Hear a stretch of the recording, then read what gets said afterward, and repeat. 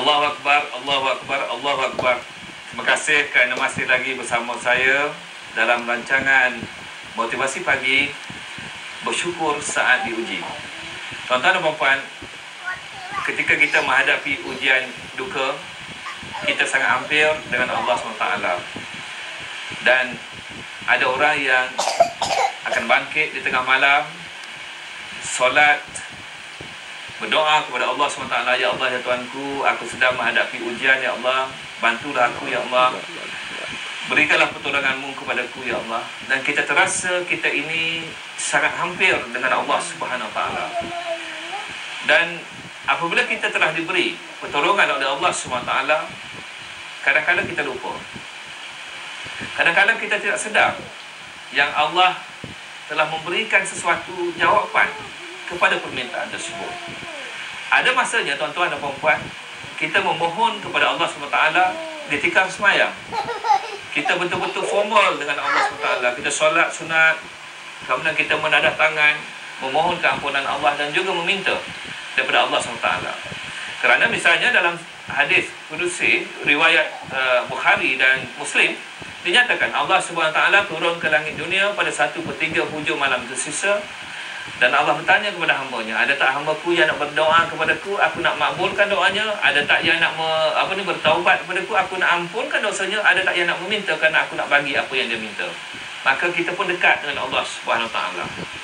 Saya sentiasa, alhamdulillah, saya tersenyum apabila membaca buku, sebuah karya buku isteri saya, dia menulis tentang travelog cinta abadi. Dalam satu bab tu dia menceritakan bagaimana semasa di umurnya 11 tahun dia menyaksikan filem dokumentari tentang luar negara.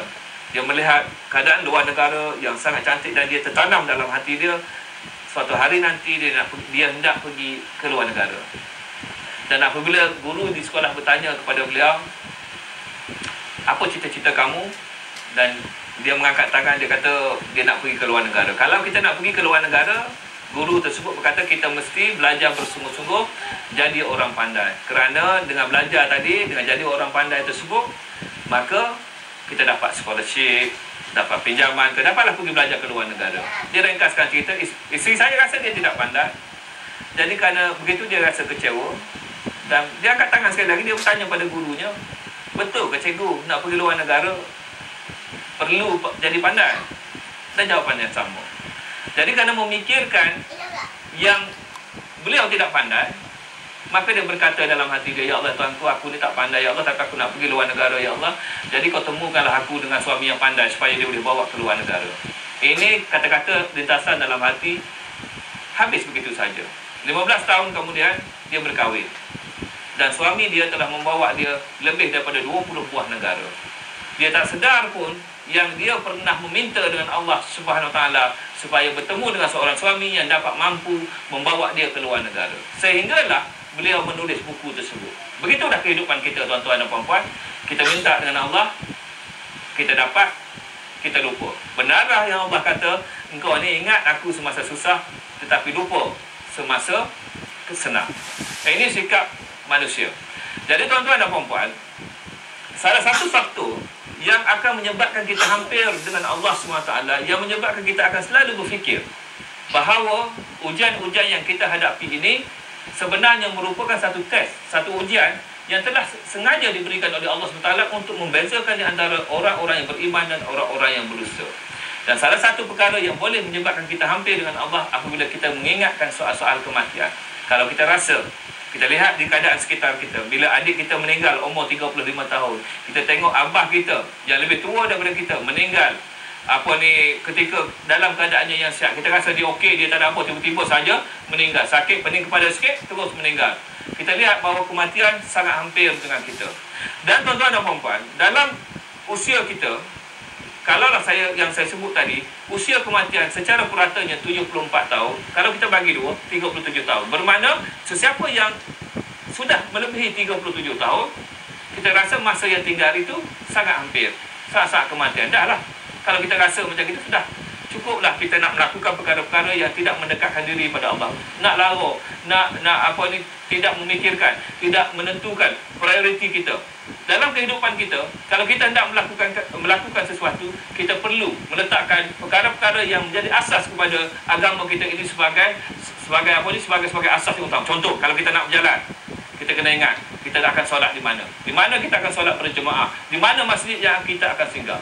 Kalau kita biasa melakukan solat duha misalnya, setiap hari kita rasa kita perlu meletakkan ini sebagai prioriti. Kalau kita berjalan, okey, kita nak berhenti di mana? Inilah yang tuan-tuan dan puan-puan sebenarnya, bagaimana bila kita ingatkan saat-saat kita yang tinggal ini semakin hampir, maka kita harap, kita berdoa kepada Allah Subhanahu Wa Taala, kita lebih dekat pada Allah Subhanahu Wa Taala. Saya nak baca satu ayat yang menceritakan keadaan bagaimana sifat manusia, bagaimana perhubungan manusia dengan Allah Subhanahu Wa Taala.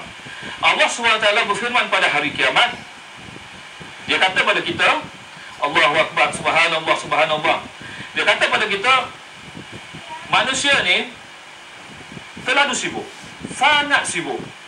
Dan hadis ini merupakan riwayat Ahmad dan merupakan hadis kursi. Dinyatakan, wahai anak Adam, lapangkanlah masa untuk beribadat kepadaku, nanti aku akan penuhkan dadamu kekayaan dan aku akan menutup kemiskinanmu. Jika engkau tidak melakukan yang demikian, nanti aku penuhkan tanganmu dengan urusan dan kerja, dan aku tidak menutup kemiskinanmu. Allah kata, kau sibuk dengan aku bagi kau sibuk, betul? Kau dah sibuk ke hulu ke hilir dengan projek-projek, macam-macam projek, betul? Kau akan sibuk, kau akan dapat apa ni, kesibukan tersebut. Saya selalu nyatakan kepada pensyarah-pensyarah saya, kita ni sibuk sangat ke hulu ke hilir, sibuk. Tapi buku tak terbit pun, penyelidikan tak ada pun. Kita nak nampak macam sibuk, tapi di mana sibuk kita? Sebab itu Allah kata, aku sibukkan engkau, tetapi tidak ada kekayaan pun. Engkau tetap miskin macam itu. Tetapi kalau kau ingat pada aku, kau tentukan masa dengan aku, Allahu Akbar, dia akan bagikan kekayaan pada kita. Kekayaan ini bukannya duit, wang ringgit semata-mata. Kekayaan ini kelapangan masa, kekayaan ini kesihatan kita, kekayaan kita ini hubungan dengan keluarga kita. Masya Allah, subhanallah. Ujian-ujian yang kita hadapi ini yang sebenarnya tidak membebankan kita. InsyaAllah kita akan menghadapi, kita akan cuba menghadapinya dengan cara yang telah diredai oleh Allah Subhanahu Wa Taala. Jadi, tuan-tuan dan puan-puan, kita jumpa lagi untuk membincangkan bagaimana untuk kita menghadapi ujian dalam siri yang akan datang. InsyaAllah. Assalamualaikum warahmatullahi wabarakatuh. Wahai Allah, kami datang memenuhi panggilan-Mu. Tiadalah sekutu untuk-Mu, segala puji dan kuasa untuk-Mu. Kami meraba tanpa cahaya,